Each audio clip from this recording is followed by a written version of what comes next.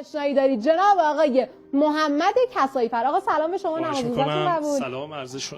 سلام و عرض ادب خدمت شما خانم امجدیان و سلام خدمت تمام ایرانیان عزیز در سراسر کشور عزیزمون ایران. آقا خیلی خوش تشریف آوردید. متشکرم از اینکه لحظات معنوی دوستان رو به هر حال با انرژی خیلی خوبی که با اثر و کار بسیار زیبای شما تقدیم می‌کنید. امیدوارم شما دوستان هم لذت ببرید. ما خیلی مشتاقیم کار شما رو بشنویم. من در خدمتتون هستم. بسیار عالی. پس کار آقای محمد کسایی‌فر رو شنونده هستیم با انرژی بالا و انگیزه مضاعف.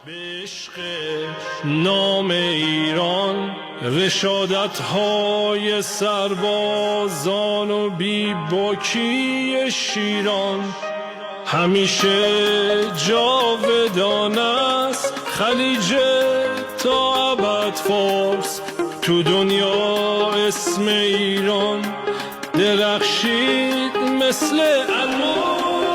وطن یعنی بزرگی و بلندای دماوند، وطن یعنی خروش و غیرت قدر سلامت، وطن یعنی یه ملت که پرستن از سخاوت، وطن یعنی خود عشق، یه عشق تا بی نهایت.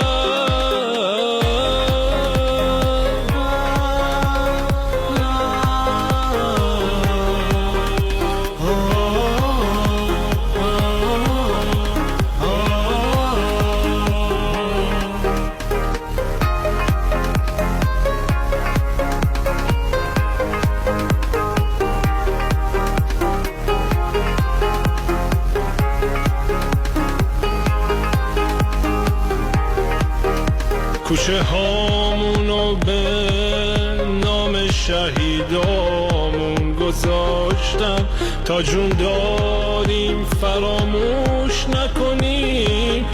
از جون گذاشتن برای حفظ خاک کشور و ناموس و غیرت نمیشه که گذاشت اصلا یه لحظه روش قیمت. وطن یعنی بزرگی و بلندای دماوند، وطن یعنی خروش و غیرت قدر سلامت، وطن یعنی یه ملت که پرستن از سخاوت، وطن یعنی خود